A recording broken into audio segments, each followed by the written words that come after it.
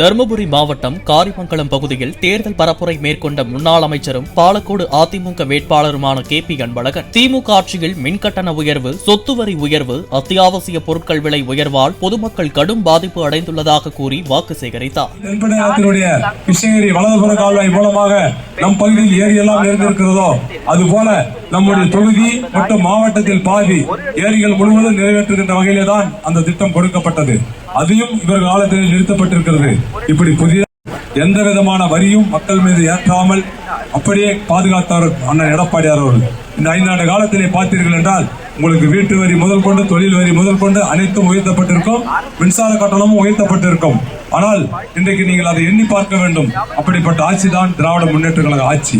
5 ஆண்டு காலத்திலே நம்முடைய பகுதியாகட்டும், தனிநபர் மக்களுக்காகட்டும் ஏதேனும் ஒரு திட்டத்தை அவர்கள் நிறைவேற்றினார்கள் என்றால் இல்லை.